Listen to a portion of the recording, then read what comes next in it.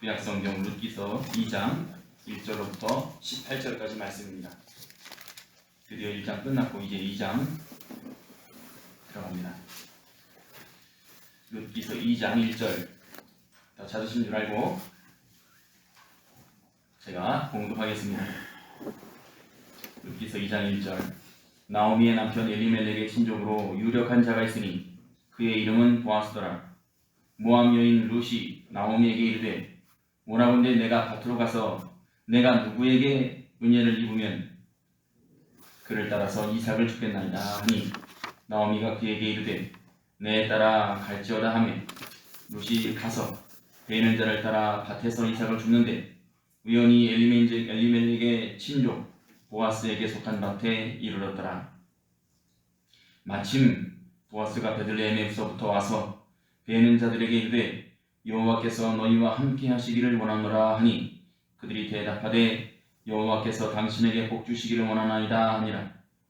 보아스가 베는 자들을 거느린 사원에게 이르되 이는 누구 소녀냐 누구의 소녀냐 하니 베는 자를 거느린 사원이 대답하여 이르되 이는 나오미와 함께 모압 지방에서 돌아온 모압 소녀인데 그의 말이 나로 베는 자를 따라서 단 사이에서 이삭을 죽게 하소서 하였고 아침부터 와서는 잠시 집에서 쉰 외에 지금까지 계속하는 중이니이다. 보아스가 룻에게 이르되 내 딸아 들으라. 이삭을 주우러 다른 밭으로 가지 말며 여기서 떠나지 말고 나의 소녀들과 함께 있으라. 그들이 베는 밭을 보고 그들을 따르라. 내가 그 소년들에게 명령하여 너를 건드리지 말라 하였느니라. 목이 마르거든 그릇에 가서 소년들이 길어온 것을 마실지니라 하는지라. 룻이 엎드려 얼굴을 땅에 대고 절하며 그에게 이르되 나는 이방 여인이거늘 당신이 어찌하여 내게 은혜를 베푸시며 나를 돌보시나이까 하니 보아스가 그에게 대답하여 이르되 네 남편이 죽은 후로 내가 시어머니에게 행한 모든 것과 내 부모와 고국을 떠나 전에 알지 못하던 백성에게로 온 일이 내게 분명히 알려졌느니라. 여호와께서 내게 행한 일에 보답하시기를 원하며 이스라엘의 하나님 여호와께서 그의 날개 아래 보호를 받으러 온 내게 온전한 상 주시기를 원하노라 하는지라. 룻이 이르되 내 주여 내가 당신께 은혜 입기를 원하나이다. 나는 당신의 하녀 중에 하나와도 같지 못하오나 당신이 이 하녀를 위로하시고 마음을 기쁘게 하는 말씀을 하셨나이다 하니라. 식사할 때 보아스가 룻에게 이르되 이리로 와서 떡을 먹으며 내 떡 조각을 초에 찍으라. 하므로 룻이 곡식 베는 자 곁에 앉으니 그가 볶은 곡식을 주매 룻이 배불리 먹고 남았더라. 룻이 이삭을 주우러 일어날 때 보아스가 자기 소년들에게 명령하여 이르되 그에게 곡식 단 사이에서 죽게 하고 책망하지 말며 또 그를 위하여 곡식 다발에서 조금씩 뽑아버려서 그에게 죽게 하고 꾸짖지 말라 하니라.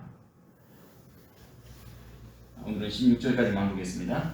룻기서 2장 1장 1절부터 16절까지 말씀 중심으로 해서 하나님의 인도하심에 대한 우리의 바른 반응입니다. 하나님의 역사하심에 대한 우리의 바른 반응.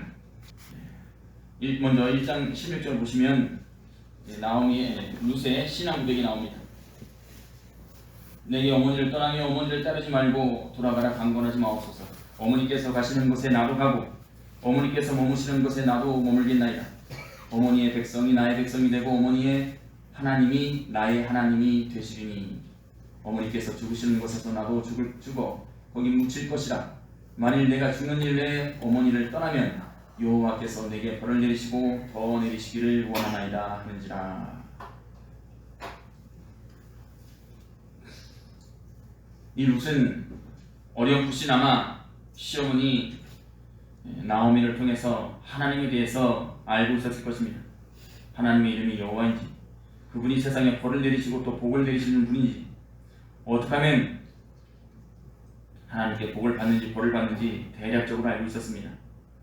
그래서 룻이 나오미를 쫓아간 것은 어머님을 쫓아간 것이기도 하지만 하나님을 믿고 하나님을 쫓아온 것이기도 합니다. 이방이었기 때문에 율법에 무슨 조항이 있는지 모릅니다. 어떤 내용이 있는지 잘 모릅니다. 가물가물 나오미도 사실 고향 땅을 떠나온 지가 10년이 넘었기 때문에 가물가물했을 것입니다. 하지만 그들은 본인들을 광야 40년 길에서 자기 조상들을 광야 40년 길에서 구원해 주시고 또 가나안 땅에 인도해 주신 그 하나님의 섭리를 인정했고 자기들이 잘못해서 모압 땅에 갔다가 졸당 망해서 이제는 회개해서 돌아왔고 그것마저도 하나님의 섭리로 인정을 했습니다. 모든 일에 몸을 낮춰서 이제는 살 수밖에 없는 환경이 되었습니다. 그래서 이미 하나님께서 낮추셨지만 더 낮춰져서 더 낮아져서 자신이 처한 환경을 불평하지 않고 오자마자 바로 자신의 할 일을 찾아서 했습니다. 사명이 무엇인지 하나님께 여쭙고 창피한 일이고 보잘것없는 일을 할지라도 그것이 당장 자기가 해야 할 일, 곧 사명인 줄 알고 찾아 나섰다는 것입니다. 그런 면으로 봤을 때 이 루시라는 여자는 참 터프한 여자입니다. 와일드한 여자입니다. 좁은 방, 어두운 방 구석 앉아서 쪼그리고 앉아서 이제 어떡하나? 누가 우리한테 뭐 하나 좀 안 갖다 주나? 쌀이라도 조금 빌려줬으면 좋겠는데 이러지 않고 많이 먹지도 못한 기운도 없는 상태에서 바로 일을 하러 나갑니다. 무작정 하나님만 믿었기 때문에 그 믿음으로 왔기 때문에 또 그 믿음으로 남의 밭에 가서 일을 할 수 있는 영적인 건강이 있었다는 것입니다.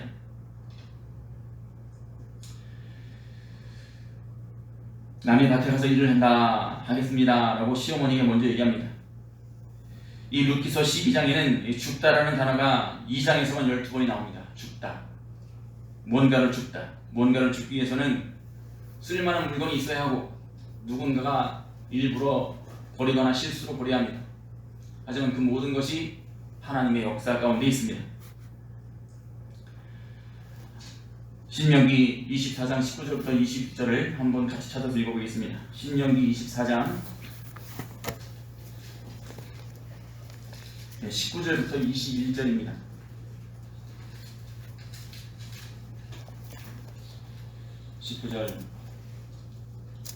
내가 밭에서 곡식을 벨 때 그 한 못을 밭에 잊어버렸거든. 다시 가서 가져오지 말고 나그네와 과부를 위하여 남겨두라. 그리하면 내 하나님 여호와께서 내 손으로 하는 모든 일에 복을 내리시리라. 또 내가 감람나무를 떤 후에 그 가지를 다시 살피지 말고 그 남은 것을 객과 고아와 과부를 위하여 남겨두며 내가 포도원에 포도를 딴 후에 그 남은 것을 다시 따지 말고 객과 고아와 과부를 위하여 남겨두라. 너는 애굽 땅에서 종되었던 것을 기억하라. 이러므로 내가 내게 이 일을 행하라 명하노라. 하나님께서는 긍휼이 풍성하신 하나님이십니다. 이 신명기에만 나오는 것만 봐도 객과 고아와 과부와 나그네 또 외국인을 항상 배려하라. 너희들도 애굽에서 외국인이었느니라. 너희들도 곤란한 처지에 있었으니 옛날 생각해서 학대하지 말고 잘해주어라. 하나님께서는 수도 없이 신명기 레위기를 통해서 계속 말씀하십니다.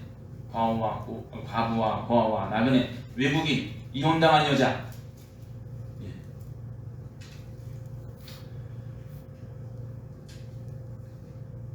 그래서 돈이 있는 사람도 밭이 많은 사람도 하나님을 경외하는 사람이라면 일부러 밭에 곡식을 남겨야 했습니다. 포도도 남겨야 했고 감람나무 열매도 남겨야 했고 벼도 남겨야 했고 보리도 남겨야 했고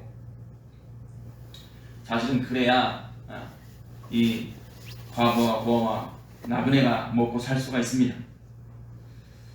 하지만 이 죽는다는 게 내가 이 사회의 최극빈층이다라는 것을 인정하는 것입니다. 뭔가를 죽기 위해서는 허리를 숙여야 합니다. 그만큼 사실상 낮아지는 것이지만 영적으로도 낮아지는 것을 의미합니다. 남의 밭에 들어가서 다 죽이 아는 사람들인데 거기서 허리를 숙이고 남겨둔 곡식을 죽는다는 것, 그것은 마음이 낮아지지 않으면 할 수가 없는 것입니다. 이미 하나님께서는 나오미 아루스의 마음을 실컷 낮추셨지만 그러나 낮추시는 하나님에 대해서 불평하지 않고 낮아진 자리에서 자기 사명을 다했습니다. 최선을 다해서 그래야 시어머니를 봉양할 수 있기 때문에 그렇게 했습니다. 참으로 이 루시라는 여자는 참 겸손하고 신앙의 기본이 바른 여자였습니다. 곡식을 줍는다는 것, 떨어진 이삭을 줍는다는 것은 하나님의 은혜를 받는다는 뜻이고 하나님의 인도를 받겠다라는 뜻입니다. 옛날에 잘 살던 때 생각하며 체면 생각하고 자존심 생각하면 죽어도 못하는 일입니다. 그러나 이 룻은 다 버렸습니다. 이 땅으로 인도해 주신 것만 해도 감사하다라는 것입니다. 우리도 하나님께서 우리 몸을 낮추실 때 그때는 낮아지라는 것입니다. 반항하지 말라는 것입니다. 처한 상황을 그대로 받아들이고 하나님이 큰 일을 행하시겠구나 이런 믿음으로 주어진 자리에서 최선을 다하는 것입니다. 이병규 목사님은 이 부분을 하늘은 스스로 돕는 자를 돕는다 이렇게 강의해 놓으셨는데 하나님께서는 우리를 낮추시지만 또한 일을 하시기 위해서 또 다른 한편에서 일을 하십니다. 이 룻기서를 봐도 그렇습니다. 한껏 낮아졌던 그 낮은 자리에서 최선을 다했던 이 룻이라는 여자, 이 여자에 대한 소문이 좋게 나게 합니다. 사람은 보고도 못 본 척할 수 있지만 하나님은 사람이 볼 수 없는 부분까지 다 봅니다. 룻의 속마음이 어떤지, 진짜 자기 먹고 살기 위해서 왔는지 아니면 시어머니를 봉양하기 위해서 하나님을 믿기 위해서 왔는지 하나님께서는 사람의 중심을 보시기 때문에 다 아십니다. 그런 행동이 밖으로 나올 수밖에 없습니다. 사람은 보지 못해도 하나님은 이미 이 룻의 마음을 다 알고 룻에 대한 좋은 소문을 다 퍼뜨리십니다. 또 룻을 하필이면 보아스 밭에 보냅니다. 그 많은 밭 중에 왜 하필이면 보아스 밭으로 보내셨을까요? 2장 1절 보시면 나오미의 남편 엘리멜렉의 친족으로 유력한 자가 있으니 그의 이름은 보아스더라. 어찌어찌 해서 알아봤는데 그 사람 이름이 보아스더라가 아니라 처음부터 1장부터 보아스를 딱 등장시키고 설명합니다. 이 보아스가 어떻게 큰 역할을 할 사람이라는 것을 하나님께서는 이미 그 마음속에 정하셨던 것입니다. 룻의 작은 보아스가 되어야 되겠구나. 이렇게 만나게 해서 예수님의 조상을 세상에 보내야겠구나. 하나님도 다 뜻이 있습니다. 계획이 있습니다.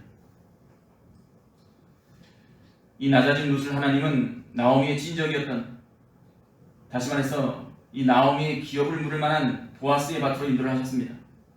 뿐만 아니라 이때 보아스 밭으로 보아스도 밭주인인 보아스도 밭으로 인도해 주셨습니다. 밭주인이라고 해서 항상 밭에 있는 거 아닙니다. 두 사람을 만나게 하시려고 서로 만나게 하시려고 동시간에 인도를 하십니다. 또한 호감을 갖게 하십니다. 보아스가 룻이 열심히 이삭 줍는 것을 보고 곡식 빼는 자들에게 물어서 이 여자가 바로 모압에서 온 룻인 줄 다시 한번 확인합니다. 보아스는 이 룻이 이방인이었지만 별로 그렇게 거부감을 갖지 않았습니다. 왜냐하면 자기도 이방인의 자손이었기 때문입니다. 자기 어머니가 바로 라합이었기 때문입니다. 또 이 열심히 이삭 줍는 것을 보고 귀하게 여겼습니다.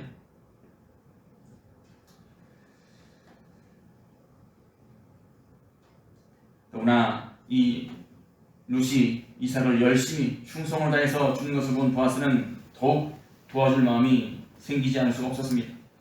한껏 낮아진 자리에서 그 자리에서 불평하지 않고 최선을 다했던 룻, 그러면서 이 낮아진 모습을, 겸손한 모습을 보고 보아스가 반하게 됩니다. 하나님께서는 룻을 낮추셔서 참으로 보아스의 신부가 될 만한 믿음으로 만드셨습니다.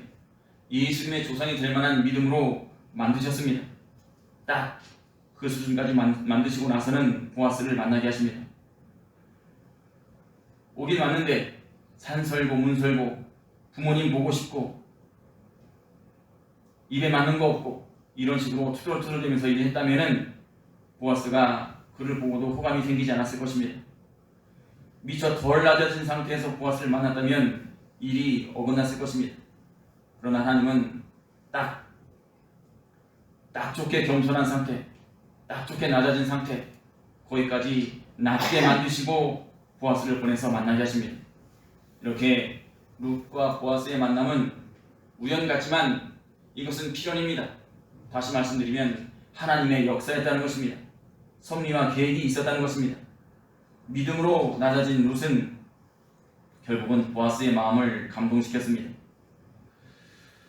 이 2장 3절 보시면 우연히라는 말이 나옵니다. 우연히 엘리멜렉의 신족 보아스에게 속한 밭에 이르렀더라.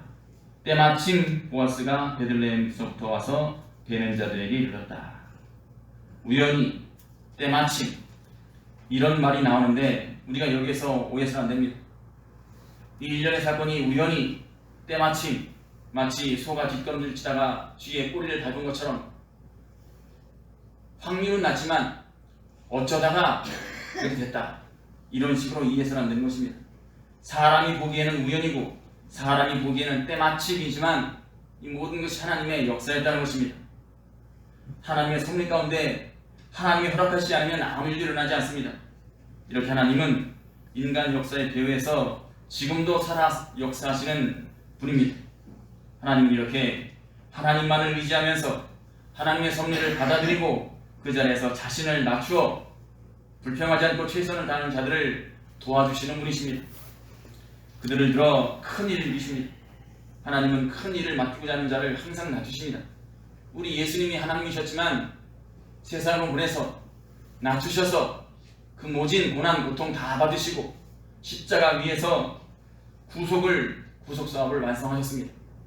그러자 하나님께서는 다시 예수를 높이셔서 만왕의 왕으로 세워주셨습니다. 원래 왕이었지만 더 큰 영광을 가지고 더 큰 위엄으로 지금도 우리를 다스리고 계십니다. 하나님은 믿는 자라도 겸손한 자를 좋아하십니다. 룻처럼. 하지만 교만한 자를, 하나님을 없다하는 자들, 이런 자를 물리치시는 것입니다. 사무엘하 22장 28절 한번 읽어보겠습니다. 사무엘하 22장 28절.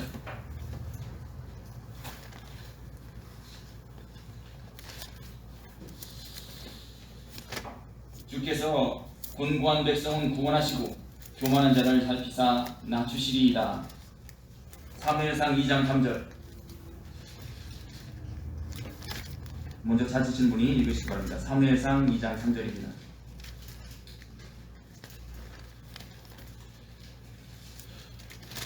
심히 교만한 말을 다시 하지 말 것이며 오만한 말을 너희의 입에서 내지 말지어다. 여호와는 지식 하나님이시라. 행동을 달아보시느니라. 용사의 활은 꺾이고 넘어진 자는 힘으로 뛰를지도다. 하나님 앞에서는 항상 겸손하라 라는 것입니다. 힘을 빼야 하나님께서 인도해 나가십니다. 두 번째 대지, 하나님의 역사에 대한 우리의 바른 반응은 무엇인가? 첫째는 낮아짐으로 반응할 것이고, 둘째는 하나님의 말씀을 경외하는 태도로 반응해야 한다라는 것입니다. 하나님의 말씀을 경외하는 태도로 반응해야 한다는 것인데, 보아스는 시종일관 룻에 대해서 인자한 태도로 룻을 대했습니다. 그녀 앞에서 자기는 부자고 너는 가난하고 나 없으면 너는 굶어 죽을지도 모르고 그러니까 내 앞에서 잘해, 이것이 아니라 갑질하지 않고 자존심을 건드리지도 않고 배려와 친절을 아끼지 않았습니다. 남자니까 일단 여자에게 흑심을 품을 수도 있었는데 그런 것이 아니었습니다. 자신의 어머니도 이방인이라 마음의 벽도 없었을 것입니다. 사람이 원래 좋은 것도 있겠지만 착한 분도 있겠지만, 그러나 이 보아스가 룻에게 이렇게 할 수 있었던 것은 무엇보다 하나님의 말씀을 경외했기 때문이었습니다. 하나님을 경외하는 사람이었습니다. 고대 시대부터 지금까지 하나님께서는 나그네와 고아와 과부와 외국인을 이렇게 남의 나라에 가서 혹은 현실적으로 어려운 형편에 처한 사람들, 곤란한 위치에 있는 사람들을 항상 살피셨습니다. 하나님의 눈이 그 위에 있는 땅이 바로 가나안 땅입니다.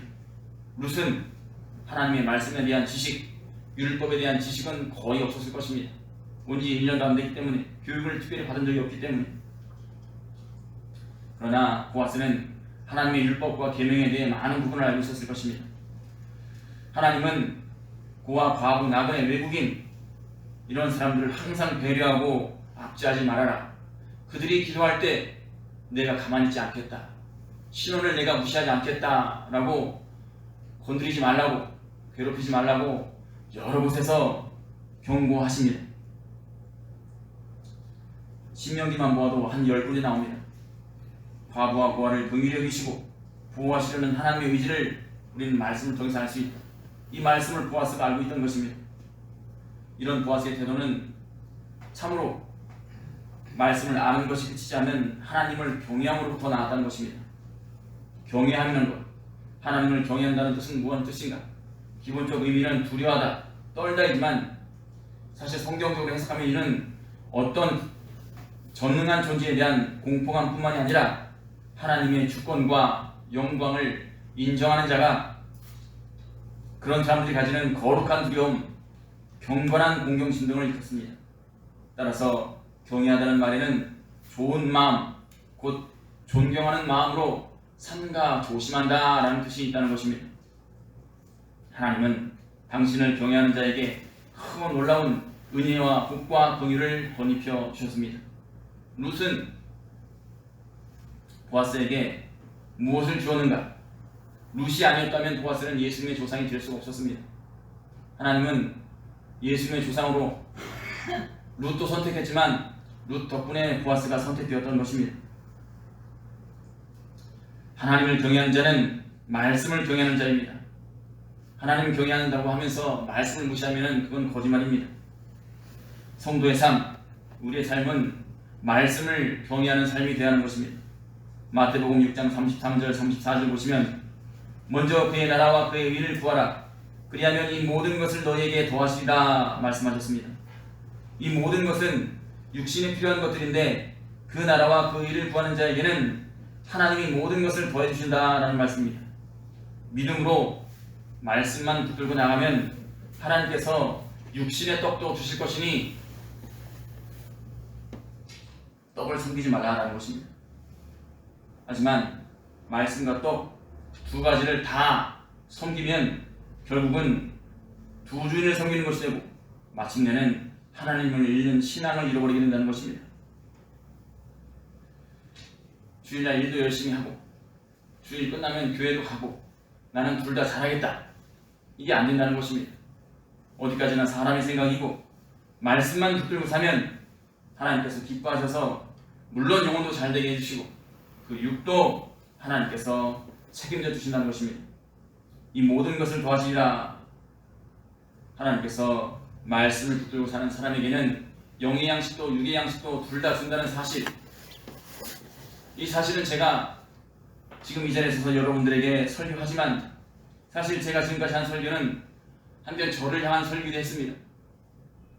말만 잘하고 살지 못하면 아무런 증거가 되지 못하기 때문에 들으면서 나에게 하는 설교다 라는 마음으로 설교를 했습니다. 참으로 저는 이 광교에 와서 알고는 있었지만 잊어버렸던 진리 하나, 말씀을 붙들고 살면 하나님께서 영의 양식도 육의 양식도 다 책임져 주신다는 것을 잊고 살았습니다. 최근에. 그래서 여러 가지 실수도 하고 했는데 참 회개하면서 나아가려고 합니다. 여러분들도 이제 이 말씀 다시 기억해 주시기 바랍니다. 말씀을 붙들고 사는 자에게는 하나님께서 영의 양식도 주시고 육의 양식도 주십니다. 이것이 바른 말씀의 해석입니다. 이 말씀 붙들고 남은 인생 하나님 앞에서 참으로 신실하게 충성되게 사는 여러분과 제가 되기를 바라며 말씀드리고 마치겠습니다. 기도하시겠습니다.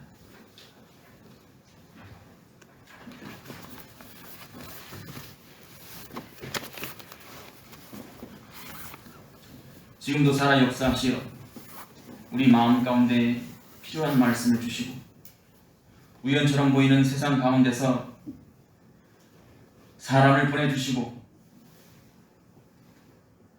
그를 통해서 감동받도록 인도해 주시고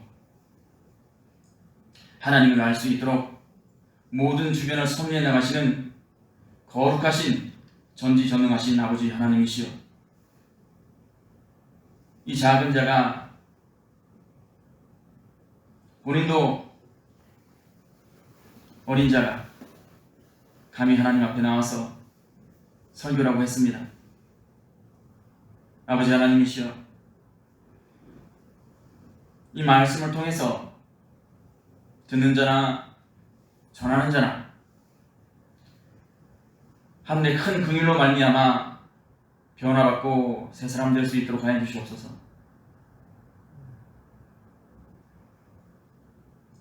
말씀만 붙들고 나갈 테니 하나님께서 영의 양식과 함께 육의 양식도 주실 줄 믿습니다. 부족한 것이 오직 믿음이니 각 사람에게 부족한 믿음 도와해 주시옵시고, 이제는 사나 죽으나 먹든지 마시든지 오직 주의 영광을 위해서 일평생 충성하는 우리 모두 될 수 있도록 하나님께서 붙잡아 주시옵소서. 성령 하나님께서 우리를 인도하여 주시옵소서. 예수님의 이름으로 감사히 기도드리옵나이다. 아멘.